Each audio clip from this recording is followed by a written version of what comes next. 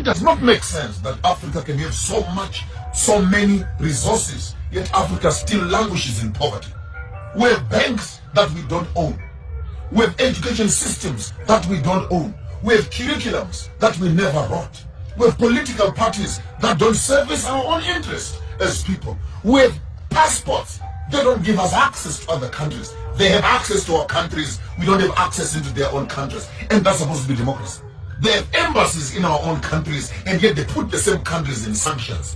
What sort of a system are we talking about if we're addressing the issues of African democracy?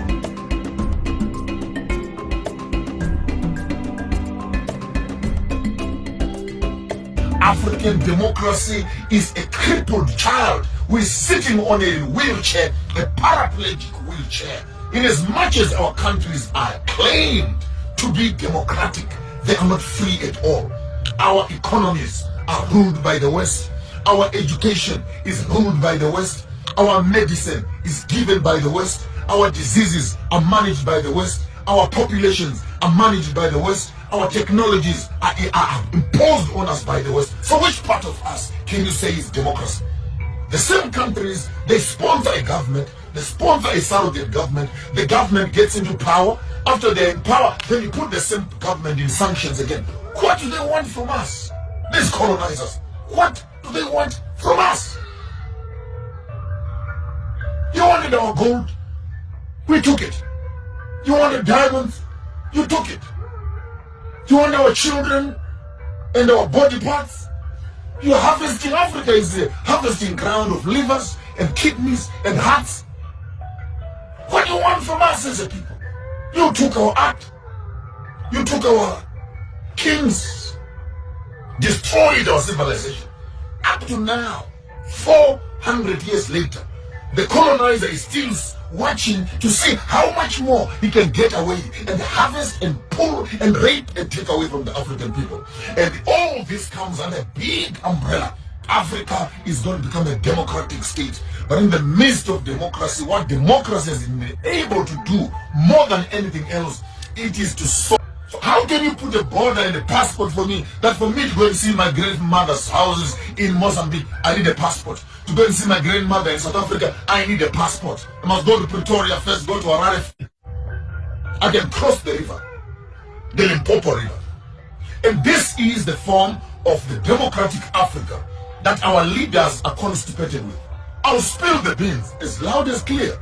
African democracy identifies a few educated, patriotic Africans who become political parties. And they talk in cahoots with the funders, the colonizers. They walk into power not to help the African people, but to look after themselves and maintain the system for the colonizer. Insurance companies are in the hands of the colonizer. The banks are in the hands of the colonizer. Manufacturing industries are in the hands of the colonizers. The pharmaceuticals are in the hands of the colonizers. Medicine, clothing in the hands of the colonizers. Technology in the hands of the colonizers. You'll be shocked to discover we are still slaves and servants working for the colonial system. I'm not insulting any political party, but I want to insult their insensitivity that they walk around in a campaign. I am saying this from Nigeria to Uganda to Kenya to Ghana to Zimbabwe to South Africa to Botswana, anywhere in Africa. Tell me one political leader who has made an intentional business of improving and establishing factories for his own people.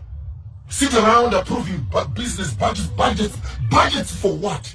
Just take that money, open industries. Take that money, open up mines. Take that money, open up agricultural farms. Have food for your people, employment for your people. How complicated can that be? The model to follow is Dubai. Look at Emirates. They have nothing. All national fund. Use the national fund to make Dubai a capital city of industry for the whole world. Here we are in Africa. We have cocoa, we have bananas, we have coal, we have platinum, we have diamonds, we have oil, we have weather, we have tourism, we have everything.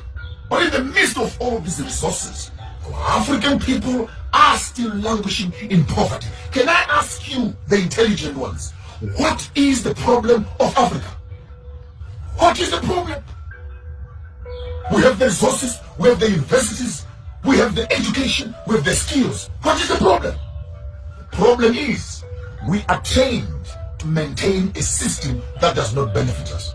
We go to school to learn to maintain that system. We train our children to look after the system. Our political system has no will at all to empower the local people. It has no will. There's no political party that wants to remove bread from the mouth of the white man. That's a fact. Because all these political leaders are eating with the colonizer. So how can you destabilize a system that is giving you food? So it's a typical state where Uncle Tom kind of boys who now are being told, you are not like them. You are a better black than them. Please, you can eat here. You can sign here. You can own this also and that and before you notice it, 5 years, 10 years later, our political leaders have just become rubber stamps in government for pushing a European colonized agenda. I'm still looking for a country that will take its own resources and improve its own infrastructure. I challenge all the African political heads across Africa. Go to Dubai, not to shop. Go and study. Go and study how a place that has nothing has been able to change its course from a desert to a capital city of shopping in the world. Go there and study.